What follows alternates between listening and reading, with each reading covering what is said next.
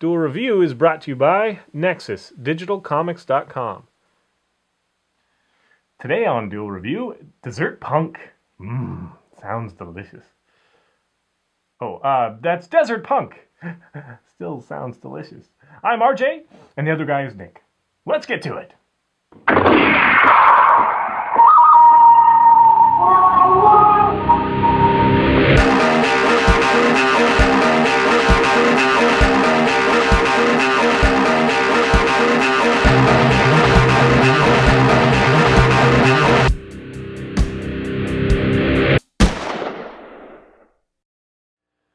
Alright, hey everybody, welcome to another episode of Duel Review on Tuesday, July 5th.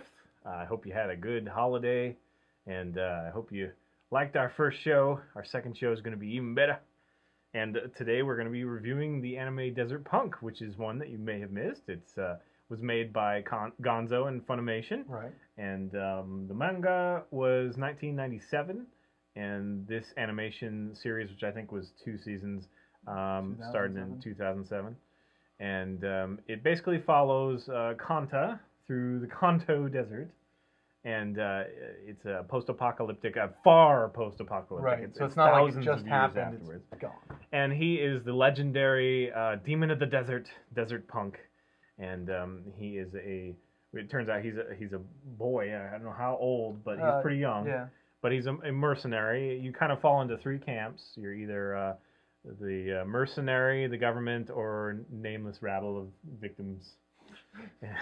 Just a face. To coin a phrase. And Kanto relies on trickery and intimidation to conquer his bounties that he gets. Yep. And hilarity ensues. He's got a very childlike mind, but also very adult at times as well. And it follows him, and eventually he gets an apprentice, not too long in the series. He gets an apprentice. Yeah. A handful of episodes. That's Kasuna. Kasuna is a young girl who is hell-bent on being the #1 power girl of the Kanto Desert, mercenary group. And Kanto Desert is basically Japan well after the nuclear fallout. Right. It's a supposed nuclear. It's not really ever fleshed out. Right. It's just this catastrophic event that basically wiped out people's education, or not education, but all the mechanical and industrial their civilization constructions was and destroyed. all that stuff, yeah. So they're basically knocked back quite a few pegs. So when they come across, a dead tech, they're like, "Whoa, what is this?" Yeah, and then they try and build off of it, and they're not up to where civilization died off. Yeah. So it's it's very compelling, I think. What do you think of Desert Punk? I absolutely love the character of Kanta. Yeah. Kanta, right? Because it's Kanto Desert, Kanta. Kanta. And we always get those two confused, and I'm sorry about that. Yeah. Understandable. So yeah, I love Kanta. I love his rationality. I love the way he thinks things through, how he must survive in this desert wasteland. It's very different than how we would think, where we want to support each other and grow as a unit. He's all about, survival of the fittest, Right. and that's understandable. Right. It's a very feral kind of situation for him. So I absolutely loved that dynamic. I loved his little gadgetry. I loved the little balloons, in spite of the fact that if you looked at it, it was a balloon. Yeah. But I'm going to chalk that up for, the legend around him scaring people too much to notice that it's a balloon. Right. They just see a silhouette and are afraid of him. Yeah. He's always got a trap set. He's always got a mine, booby trapped, and he's always got a plan B. Yeah, and one of the things that I guess is compelling, but I kind of have a problem with, is he zips around a lot, so people think that he flies. Demon of the Desert moniker. That's where it came from, and it's basically just a cable system. He shoots a cable. It's kind of like Batman, shooting around with cables. Yeah. And I don't know how you could confuse that as flying. But the fear thing. Well, Batman does it, right? No one ever notices that he's got the gun. Yeah, but he's just going up and down, or saving himself. Kanta is flying around from here to there. And, in broad daylight. Anyway, suspension of disbelief. It is an anime, and it's a lot of good humor in there. A lot of kind of slapsticky, immature humor, but it's mixed into serious moments. You know, kind of classic anime. Right. This is why we love anime so much. And if you don't watch anime, you should really give it a chance. You know, check it out. We can suggest a few good ones that you know, we started off like Cowboy Bebop. Right. But anyway, we're getting Outlaw Star. Yeah. off point a little bit. Junko, another main character, at least in the beginning. Tits McGee. Yeah, exactly. She's very well endowed, and she offers quite a bit of distraction for everybody, for Kanta. including the audience. And it turns out that she is a mercenary as well. Right. And so she uses her sex appeal, you know. And so you see these different camps. There's also the Machine Gun Brothers. Right. They're I a love little that bit more, dynamic too. The Machine Gun Brothers. Yeah, and I thought they were great.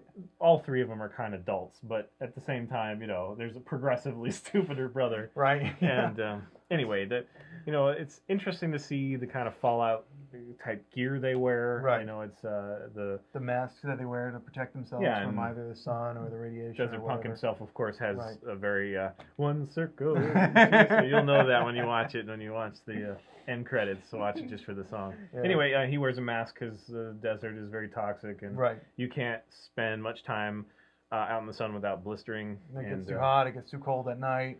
Right, and so that's an interesting interplay there as well. And then there are, you know, various other mercenaries that make a guest appearance. There's a couple of androids that happen along. Right. They're a big part of the tech, end. yeah. And so let's talk about kind of where it starts and where it progresses, because by the end, it's quite a different tone. Right. Yeah. In the beginning, it's more playful, more, you know, childish almost, and then almost like the last 4 episodes, it gets really.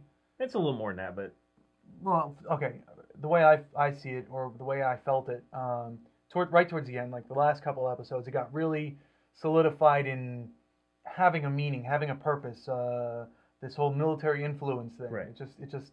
Yeah, it's much more serious. Right. The jokes are still there, still slapstick, Yeah. but it's toned down. Or the overarching tone is quite serious.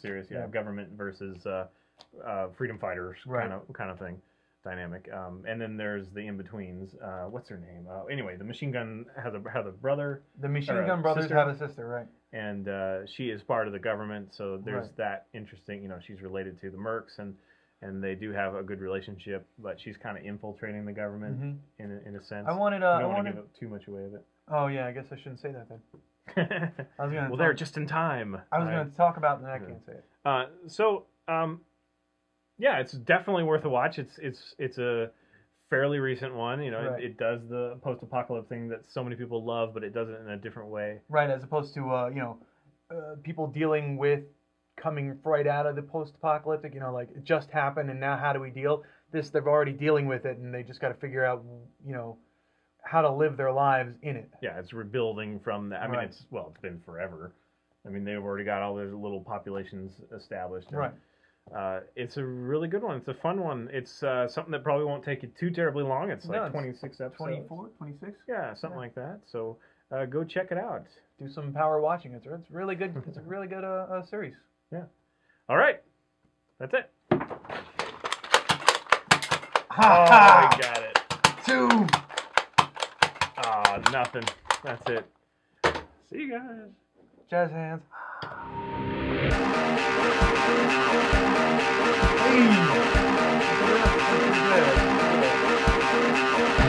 Tomorrow we get excited about some Marvel movies.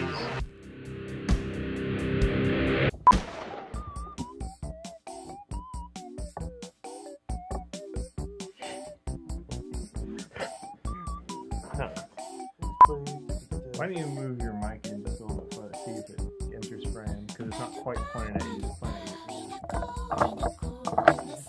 you. Just take the... Oh yeah, that one has a... It's not gonna work. It's not gonna work there, pal.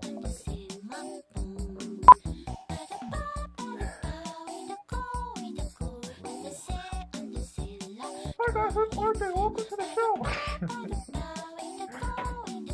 I like the little lady. I guess technically...